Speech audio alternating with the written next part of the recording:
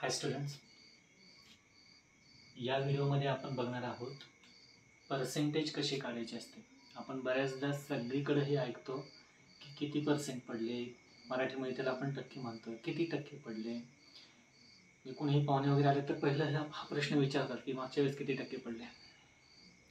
तर हे टक्के किंवा पर्सेंटेज म्हणजे नेमकं काय आहे हे या व्हिडिओच्या माध्यमातून आपण समजून घेणार आहे. पर्सेंटेज कशी काढायची, पर्सेंटेज म्हणजे नेमकं काय, टक्के म्हणजे काय. बघा, पर्सेंटेज किंवा टक्के याला आपण थोडक्यात म्हणू शकतो 100 पैकी किती, या गोष्टीला म्हणायचं असतं टक्के किंवा पर्सेंटेज. एखादी गोष्ट 100 पैकी किती असू शकते किंवा किती आहे. बघा, एक्झाम्पल सांगतो. समजा 100 पैकी तुम्हाला 80 मार्क पडलेले असतील तर तुम्ही अगदी सहज सांगू शकता की 80% पडले. कारण तुम्ही कंपॅरिझन कोणासोबत केलेलं आहे? 100 सोबत केलेलं आहे. म्हणजे 100 पैकी 70 पडले, 70% पडले. 100 पैकी 90 पडले, 90% पडले. 100 पैकी 40 पडले, 40% पडले. म्हणजे 100 पैकी किती याला तुम्ही पर्सेंटेजमध्ये इझिली कन्व्हर्ट करू शकता, सहज सांगू शकता. But what to do when a number is other than 100? जर दुसरा एखादा नंबर दिला 100 पैकी न देता, समजा 75 पैकी 60 पडले, तर याला तुम्ही पर्सेंटेज कशी सांगणार? 20 पैकी 15 पडले तर कसं सांगणार पर्सेंटेज? तर या गोष्टी आपण या लेक्चरमध्ये शिकून घेऊया. आणि याच्यानंतर आता तुमची अलीकडे युनिट टेस्ट झाली तर तुमची सुद्धा पर्सेंटेज तुम्ही काढून बघा. बघा, पहिलं एक तर पर्सेंटेज म्हणजे काय, याच्यामध्ये अगोदरच्या एका व्हिडिओमध्ये आपण पाहिलेलं होतं की डिनॉमिनेटर 10च्या मल्टिपल असला पाहिजे. स्पेशली जर आपण पर्सेंटेजचे प्रॉब्लेम सोडवत असू, शेकडेवारी किंवा टक्केवारी किंवा पर्सेंटेज, हे तिन्ही धड्यांचा अर्थ एकच आहे. तर याच्यामध्ये डिनॉमिनेटर हा 100च पाहिजे.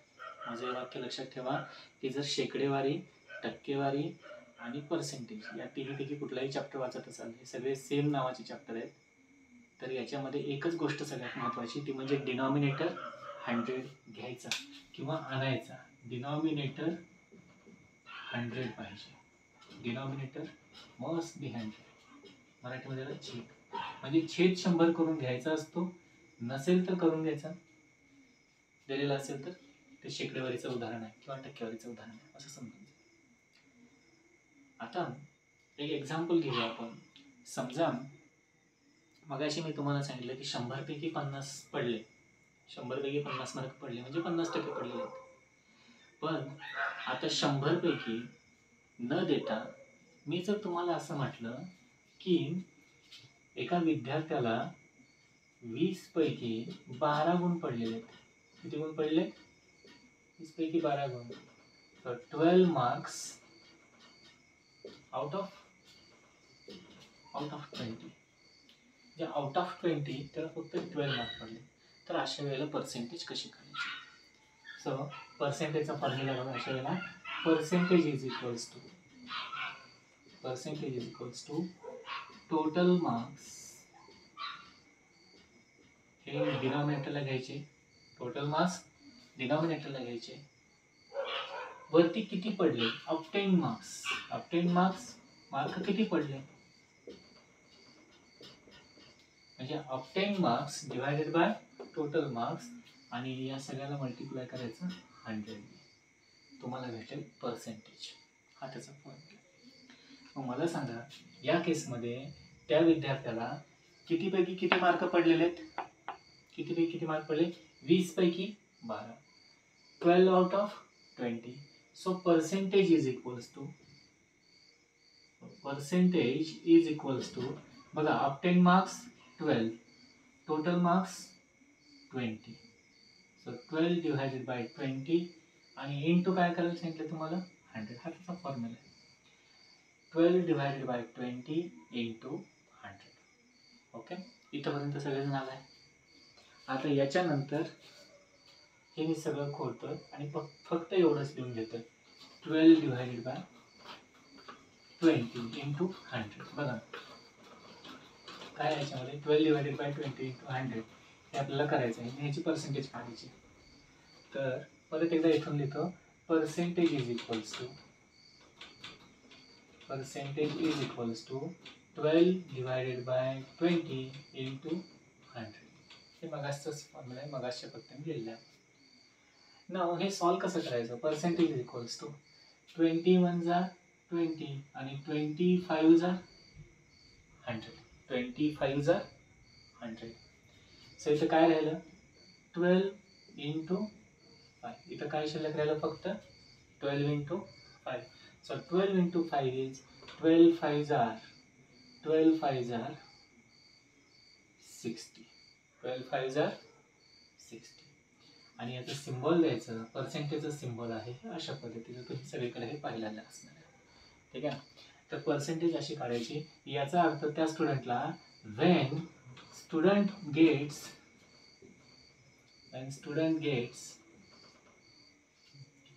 12 marks out of 20, his percentage will be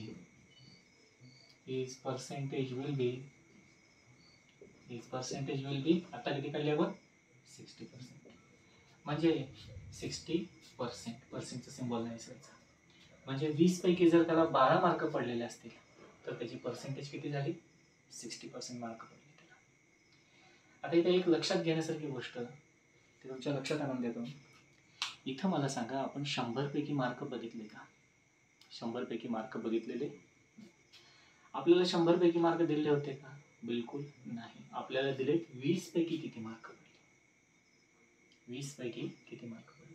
पण आपण काढताना 100ला कंपॅरिझन केलं आणि म्हणून इथं मल्टिप्लाइड बाय आपण 100 केलेलं होतं, मल्टिप्लाइड बाय 100 केलेलं होतं. अशा पद्धतीने एक सिंपल एक्झाम्पल आपण सोडून घेतलं आहे. आता थोडंसं याच्यापेक्षा पुढची स्टेप, एक नवीन प्रॉब्लेम. आता आपण 3 विषय घेऊ आणि मग त्याची 3 किंवा 4 विषय घेऊ, जसं आपण युनिट टेस्टला करत असतो तसं. त्याची पर्सेंटेज कशी निघत असते ते बघूया. तर 5 विषय घेऊया. आपल्याकडे साधारण 5-6 विषय आहेत आपल्याला सब्जेक्ट. तर सगळ्यांची पर्सेंटेज बघू. आणि युनिट टेस्टचा पेपर आहे 20 किंवा 15चा. तुमची सम तुम्ही बघा आणि नंतर युनिट टेस्टला पण किती पर्सेंटेज होते ते एकदा काढून बघा. ठीक आहे. यापूर्वी काढलं नसेल तर स्वतः या पद्धतीनं काढून बघा की किती नेमकी पर्सेंटेज होते. मी एक एक्झाम्पल घेतो. Suppose a student got marks as shown below.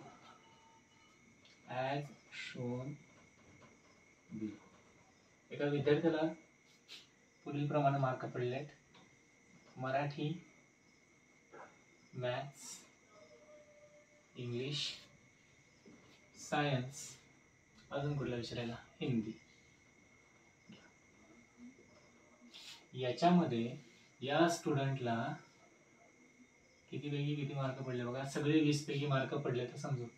Out of 20 त्या विद्यार्थ्याला मराठीमध्ये पडले 15, मॅथ्समध्ये आउट ऑफ 8 पडले, चांगलं मॅथ्स आहे आपला. इंग्लिशमध्ये अगेन ही गॉट 16 मार्क्स. सायन्समध्ये समजा थोडेसे काही मार्क पडलेत, 14 मार्क्स. आणि हिंदीमध्ये खूप छान पडलेत, 18 मार्क्स पडलेले आहेत आउट ऑफ 20. म्हणजे हे अपटेन मार्क्स आहेत आणि हे टोटल मार्क्स आहेत. अशा पद्धतीनं हे अपटेन मार्क्स आणि टोटल मार्क्स. आता मला सांगा, आता ह्याची या स्टुडंटला ह्या 5 विषयांमध्ये एवढे मार्क्स मिळाले असं तुमचं पण असणार आहे, बरोबर.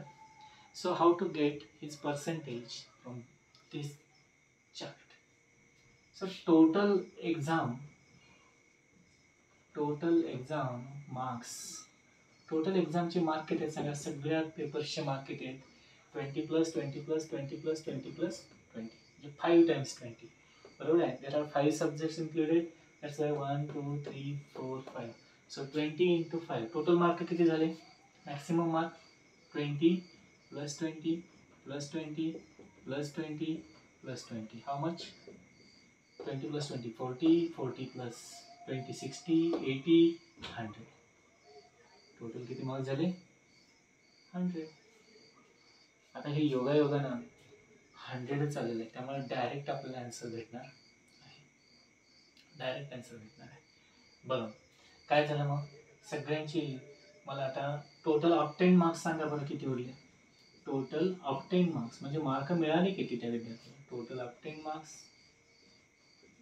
दॅट इज इक्वल्स टू पहिल्या विषयामध्ये 15 प्लस 20 प्लस 16 प्लस 14 प्लस 18 याची टोटल सम बघा किती. असे सम करू शकता तुम्ही. 8 plus 4 12, 12 plus 6 18, 18 plus 0 18, 18 plus 5 is 23, carry on is 2, 2 plus 1 is 3, 4, 5, 6, 7, 8, so 83.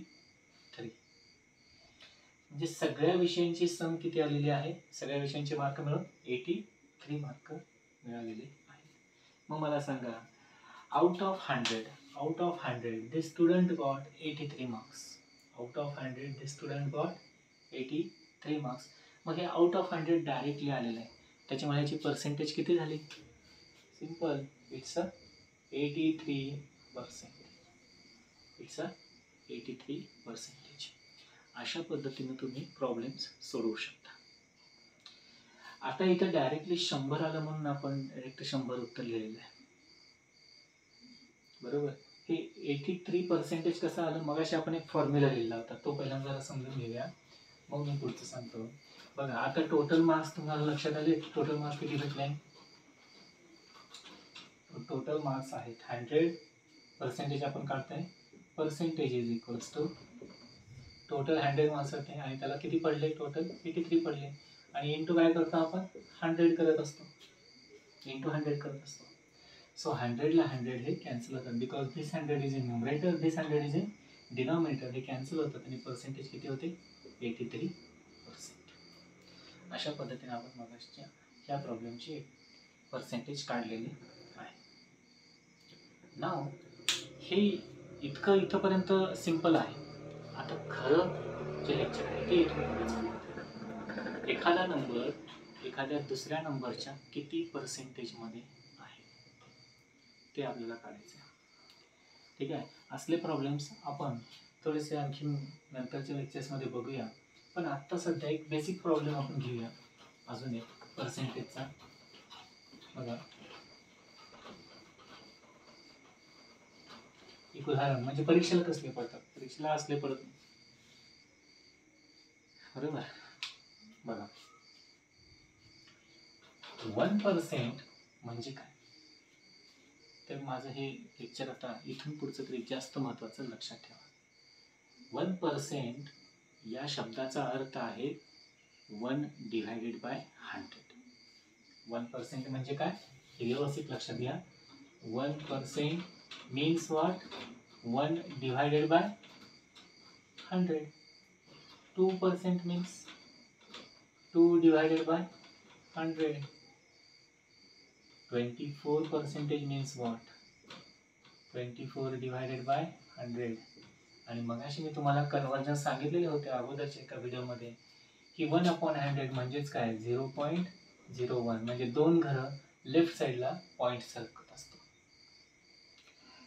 याच्यानंतर इथं सुद्धा 2 घरं डिवायडेड बाय 100 आहे, म्हणजे 0.02 लेफ्ट साईडला सरकतात. जेव्हा डिवायडेड बाय 100 करतो तेव्हा लेफ्ट साईडला 2 प्लेसेस सरकायचं असतं. Decimal point. Here it is 0.24. Again मला सांगा 20% is equals to 20 divided by 100. 20% म्हणजेच काय? 20 डिवायडेड बाय 100. थोडक्यात मला काय म्हणायचं आहे, एखादं पर्सेंटेज जर असेल तर त्याला डिवायडेड बाय काय करणार तुम्ही? 100 करणार. डिवायडेड बाय काय करणार? 100. 30% म्हटलं की 30 डिवायडेड बाय 100. 75 म्हटलं की 75 डिवायडेड बाय 100. 100% म्हटलं की काय येत आहे? इंटरेस्टिंग आहे. 20% म्हणजे काय सांगा? 21 जा 20, 25 जा 100. So it's 1/5. 1/5 म्हणजेच काय झाले? 20% झाले. 25% म्हणजे काय? 25% is 25 divided by 100 that equals to 25 ones are 25, 25 fours are 100, so it's a 1/4. It's a 1/4. त्याच्यानंतर पुढचं बघा 50% म्हणजे काय. 50% is equals to 50 divided by 100. 50 ones are 50, 50 twos are 100, so it's a 1/2. 60% is equals to 60 divided by 100. म्हणजेच काय झाले, 0 ला 0 cancel झाले. 6 डिवायडेड बाय 10 आणि 6 डिवायडेड बाय 10 म्हणजेच काय 0.6. हे आपण अगोदरच्या लेक्चरमध्ये पाहिलेलं आहे. 80% is equals to 80 divided by 100. Again 0 to 0 cancel. 8 divided by 10 means 0.8. 8 divided by 10 म्हणजे 0.8. ज्याने अगोदरचे लेक्चर ऐकलेले त्यांना हे सहज लक्षात येईल. ठीक आहे, तर व्यवस्थित आधीचे पण लेक्चर ऐका. आता 100% म्हणजे काय. 100% is 100 divided by 100. 100 divided by 100 म्हणजेच 1/1 म्हणजेच 1. म्हणून आपण 1 ला कधीही 100% म्हणत असतो. 100%चा अर्थ आहे पूर्ण काम होणं. 1%चा अर्थ आहे थोडंसं काम. 1% काम झालं बघा. 0.01, 0.01 इथं 1. कशा पद्धतीने व्हॅल्यू वाढते हे तुमच्या लक्षात आलेलं असणार आहे. काही महत्त्वाचे पर्सेंटेज मी इथं मेन्शन केलेले आहेत. अजून एकदा जे आपल्याला सारखे सारखे लागतात ते म्हणजे कुठले 20%, 25%, 50%, 75 राहिले 75% अशा पद्धतीचे. तर याच्यावर पण तुमच्या सहज लक्षात येईल. 50%, 50-50 म्हणतो बघा आपण. तर 50%चा अर्थ काय, हाफ, निम्म. म्हणून इथं काय आले 1/2. 1/2 म्हणजे जर आपण काय म्हणत असतो, एक 1/2 म्हणजेच काय, हाफ. सगळ्यांच्या लक्षात येत असणार आहे.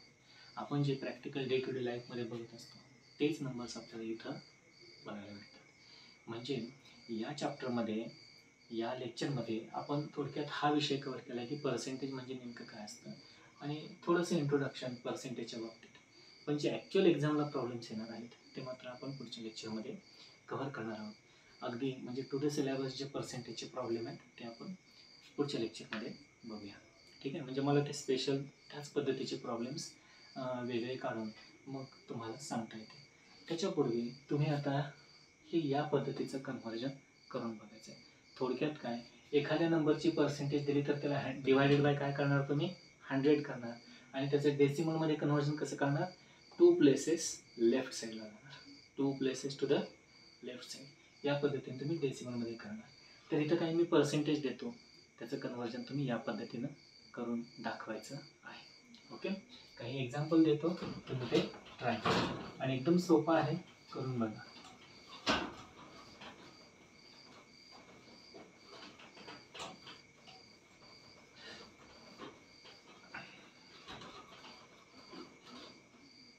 So first 1% is equals to 1 divided by 100, 0.01.